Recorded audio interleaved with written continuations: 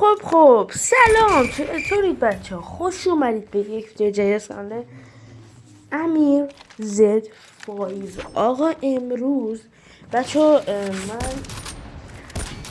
چرا نبودم؟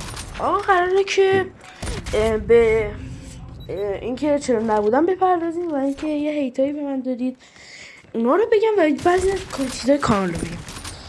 اولا که بچه ها اینطوریه که میخوام بهتون بگم بچه ها به خاطر نبودم که واقعا ناامید شده بودم، هیت هایی داشتم میگرفتم که اصلا واقعا ناامید شدم، ولی خب خیلی هاتون اومدید ادامه بده، خیلی خفنی فلان بیساری، واقعا ناشکن و انرژی میدن، اصلا خدا وکیلی بنازم. ویدیویی فوش نمیدم بخاطر اینکه در شهر اینش فوش بدم و آره خلاصه بچه یه درامای پیش اومده بین همه یوتیوبرهای کامیونیتی کال آف کینی، همه یوتیوبرها که همه مطمئنه برای خبر دارن ازش و خیلی الان درامای شدیدی شده و خیلی رو گرفته.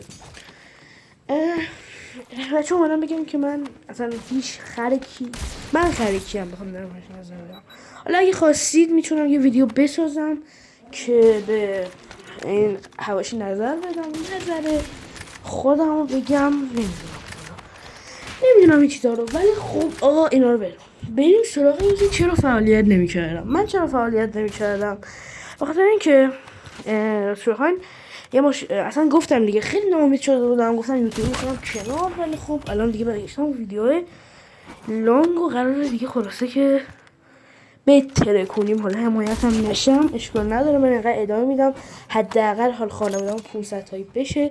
عشق منید که 158 تا الان فالوور داریم، یعنی با من نمیخوره مثلا. فیس کم هم که بچه به زودی میذاریم، یه پست کامیونیتی گذاشتم گفتم فیس کم میذاریم به زودی، بچه جدی میذاریم به زودی اگر لایک های این ویدیو به بالای 50 تا برسه. خیلی میدونم زیاده ولی من نمیخوام فیسمو بذارم. اگه با لایک های ویدیو به بالای 50 تا برسه 100% من فیسمو میذارم.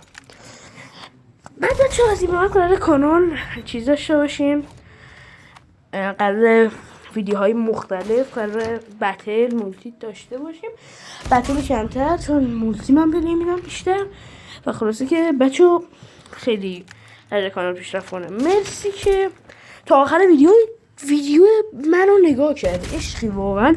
اگه تا آخر ویدیو نگاه کردی